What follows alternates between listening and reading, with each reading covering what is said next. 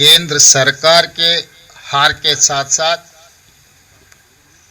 Bharatiya Janata party राजनीति के हार नहीं है, भारतीय जनता पार्टी नीयत की हार है। इन लोगों का नीयत साफ नहीं था। पहले से हम लोग कह रहे थे नीयत साफ है तो सब कुछ पास होने के लिए समय है, मगर जो कानून लागू किए सभा में, वुमेन रिजर्वेशन, डिलिमिटेशन, सीट बढ़ाने का, ये दिखने के लिए तीन अलग अलग बिल जैसा दिख रहा है, मगर सीट बढ़ाने के लिए एक मुखौटा बनाया महिला आरक्षण। महिला आरक्षण अगर लागू करना है तो इतने सारे काम का कोई जरूरत नहीं था। जब 23 में बिल पास हुआ है, उसमें अब कुछ अमेंड करना है तो छोटे अमेंडमेंट से महिला आरक्षण लागू करने का कानून में है, मगर थोड़ा पीछे हम लोग गया। भारतीय जनता पार्टी मोदी जी का जो नियत 2024 लोकसभा चुनाव में हम लोग देखे थे, उनका नारा भी हम लोग सुने, अब की बार 400 पार। किस लिए ये नारा दिया हुआ है मोदी जी ने? कि संविधान बदलने के लिए इस देश में जो कांग्रेस दिया हुआ डॉक्टर बाबा साहेब अंबेडकर जी ने दलित, आदिवासी, पिछड़े लोगों को जो आरक्षण दिया हुआ है, आरक्षण हटाने का साजिश चल रहे थे। इसीलिए चुनाव में जीतने के लिए, सरकार बनाने के लिए 400 का कोई जरूरत नहीं था, मगर उनका नियत है संविधान बदलने का, आरक्षण हटाने का। इसीलिए 400 सीट जीतने के लिए जो कोशिश किए, देश का जनता जागृत होकर, विपक्ष के दल इकट्ठा होकर उस दिन मोदी जी को 400 नहीं दिए, 240 दिए, तो एनडीए पक्ष को साथ लेकर सरकार बनाया। उनको ये पता हो गया कि इस देश के जनता जागृत हो गए, आगे कभी भी 2/3 मेजॉरिटी भारतीय जनता पार्टी को मिलना मुश्किल हो गए। इसीलिए वो संविधान हटाने के लिए, संविधान बदलने के लिए, आरक्षण हटाना है तो 2/3 मेजॉरिटी का जरूरत थे उनको, आज भी जरूरत है।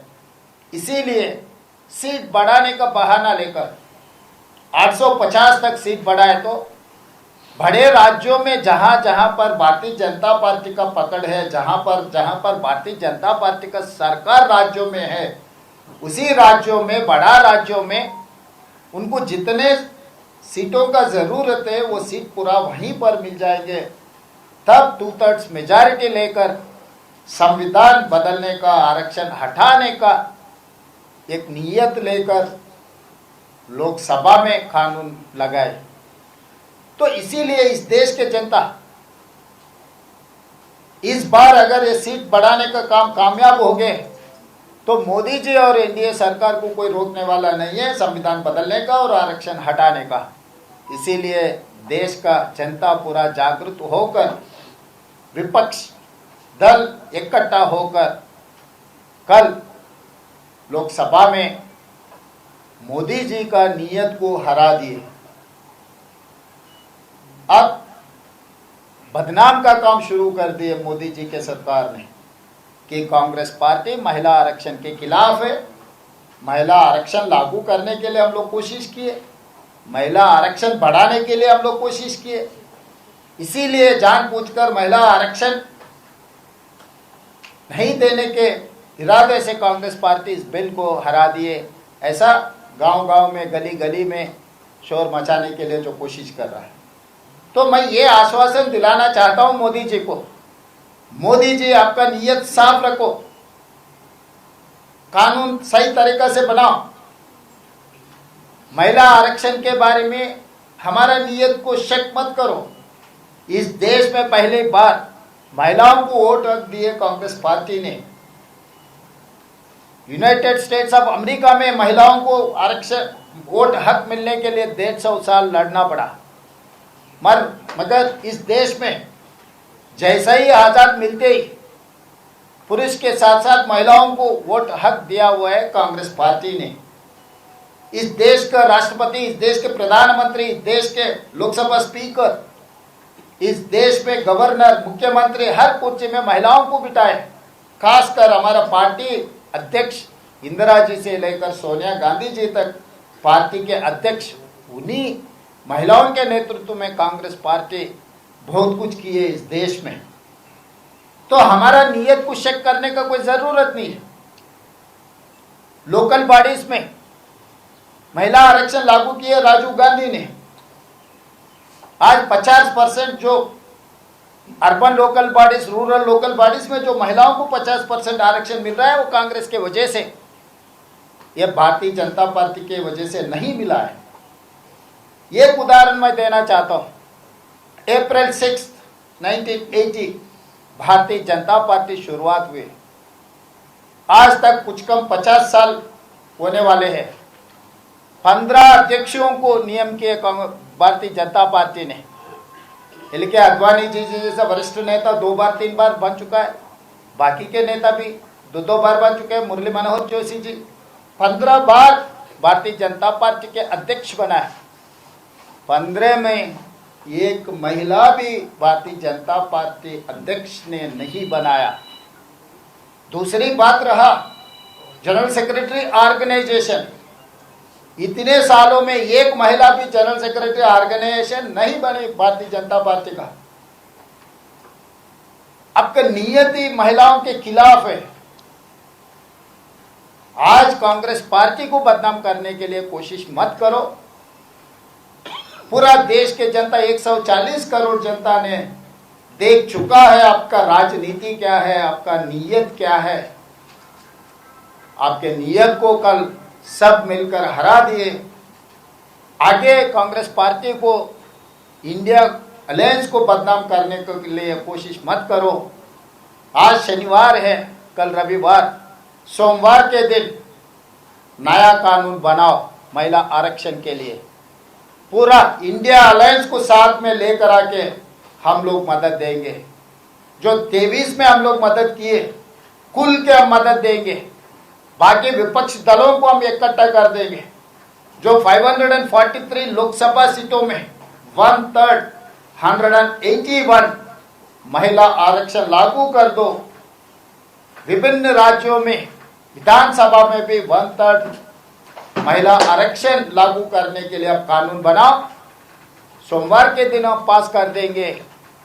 सोमवार के बाद मंगलवार से हम इसका इम्प्लीमेंट करने के लिए जो तरीका बनाना है, 2027 उत्तर प्रदेश, जहां से प्रधानमंत्री नेतृत्व कर रहा है, पहला उत्तर प्रदेश में महिला आरक्षण लागू कर देंगे। आपका नियत क्या है, कांग्रेस पार्टी का नियत क्या है, यहीं पर मैदान में देख लेंगे। 26 के बाद 27 उत्तर प्रदेश के विधानसभा चुनाव है।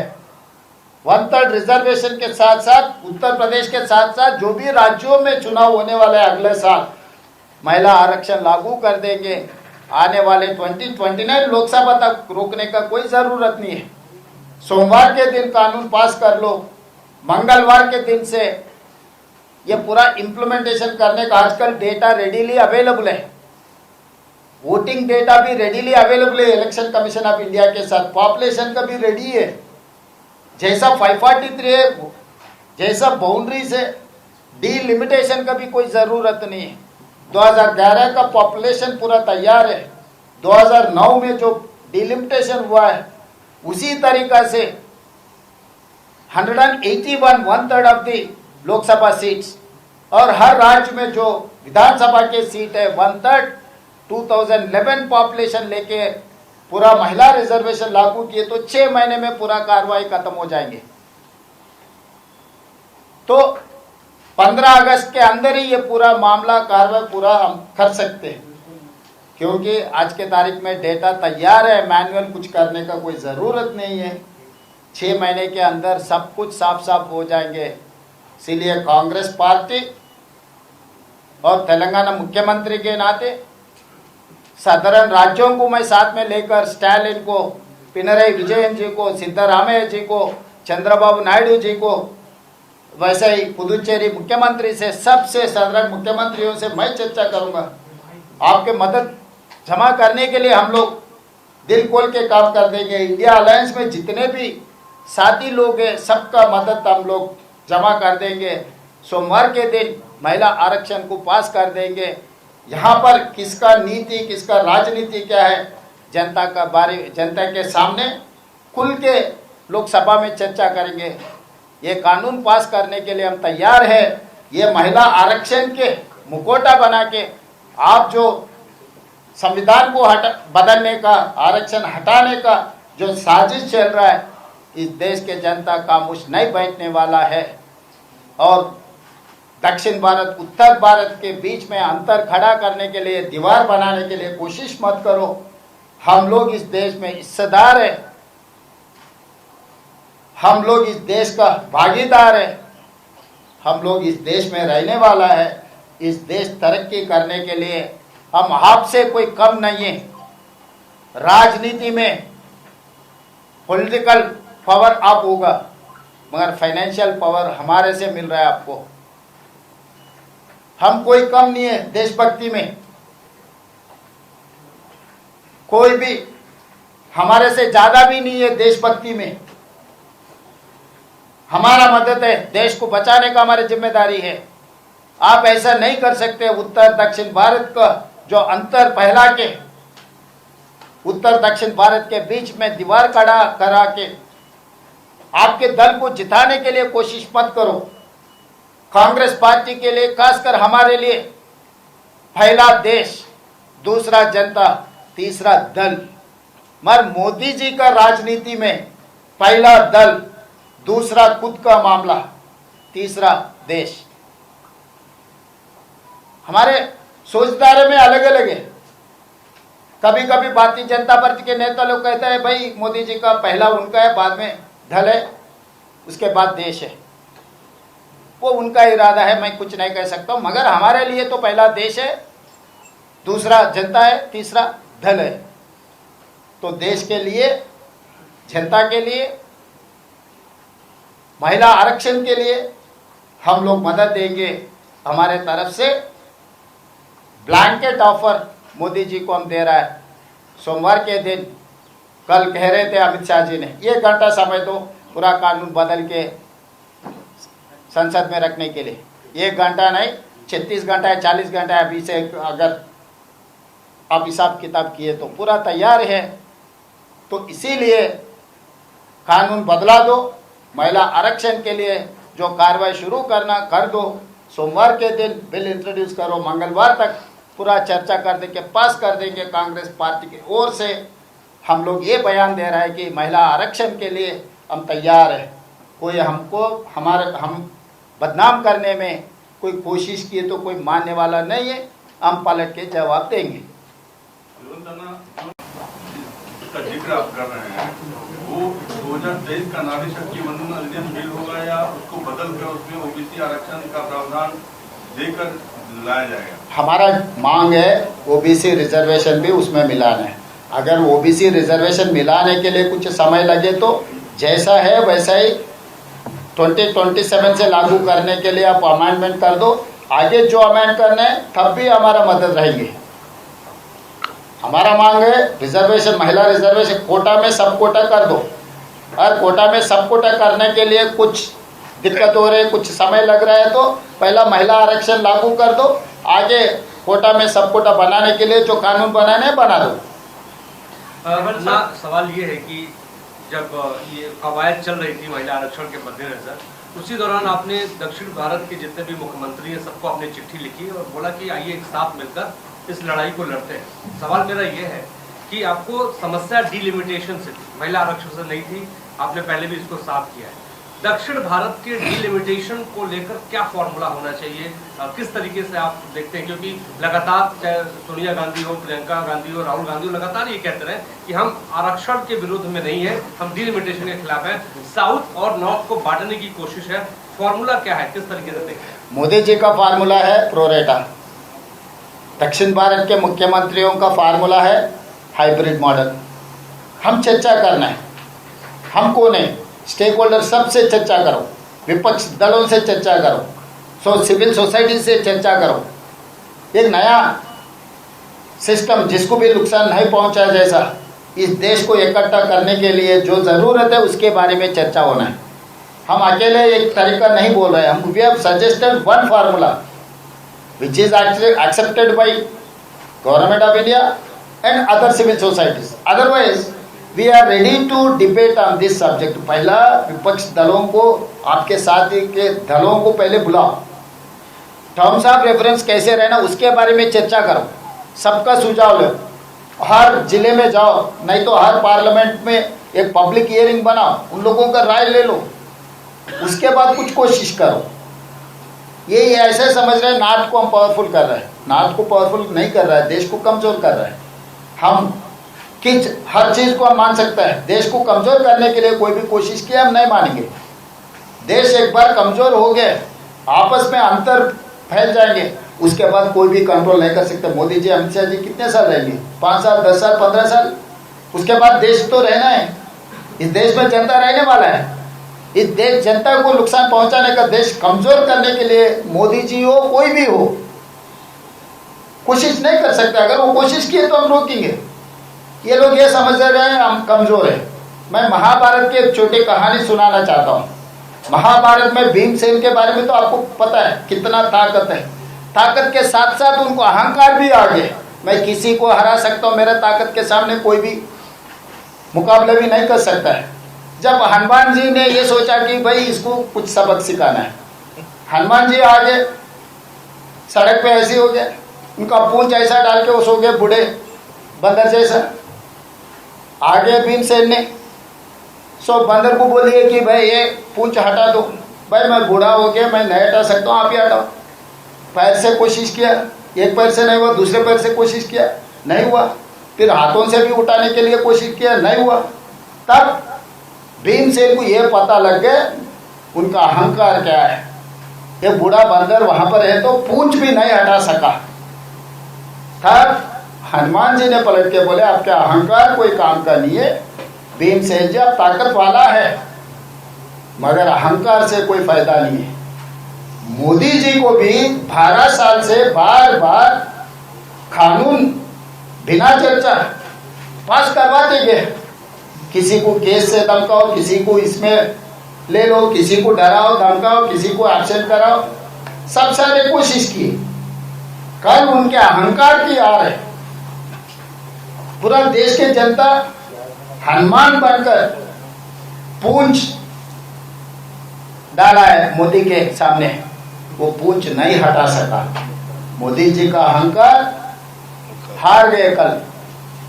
तो इसीलिए इतिहास से कुछ सीखना है, इतिहास को पढ़ना है। मोदी जी रामायण महाभारत हमेशा पढ़ते रहता है, उसमें से हनुमान जी का भीमसेन का ताकतवर, भीमसेन का अहंकार कैसे उतार दिए हनुमान ने, ये पढ़ लिए तो उनको कल का हार जीत, कल कानून क्या हुआ वो पता लग जाएगा। 2026 की जातिगत जनगणना के बाद ये लागू करें, तो आप कह रहे हैं कि 2011 से 26 से करना है तो तुरंत 1 साल के अंदर खत्म कर दो, मगर 26 के बाद जो भी उत्तर प्रदेश चुनाव में करना है तो 2011 का भी ले सकता है, क्योंकि 2009 में हम डिलिमिटेशन किए, उसी डिलिमिटेशन के आधार पर जब महिला आरक्षण लागू करना है तो उससे करो। सीट बढ़ाने के नाम पे आरक्षण हटाने का, संविधान बदलने का साजिश मत करो।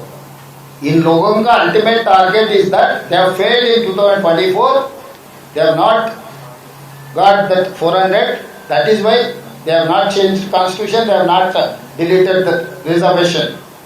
तो इसीलिए दूसरे रूप में अभी आने के लिए कोशिश कर रहा है। मारीच ने आया था ना,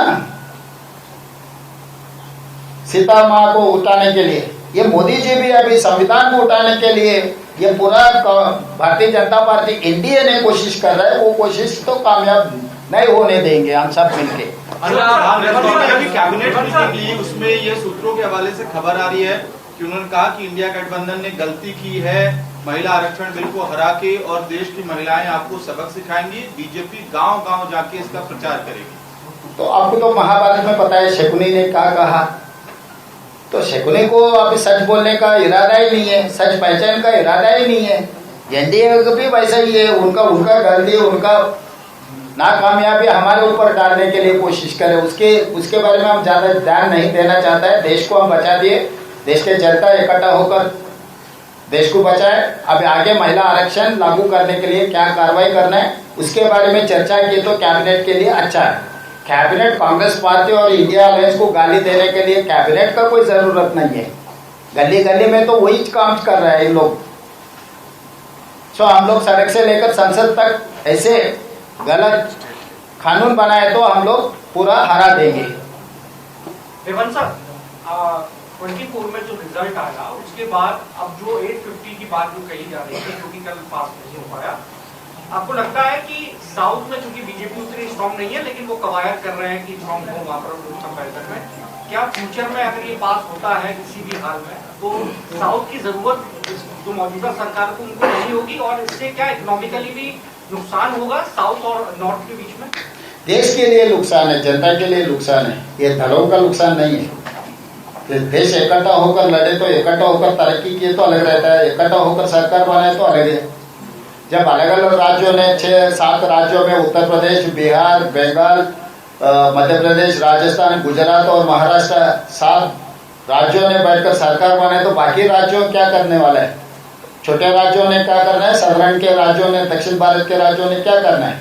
तो सरकार में सबका हिस्सा होना है, सब भागीदार होना है, यही हमारा राय है।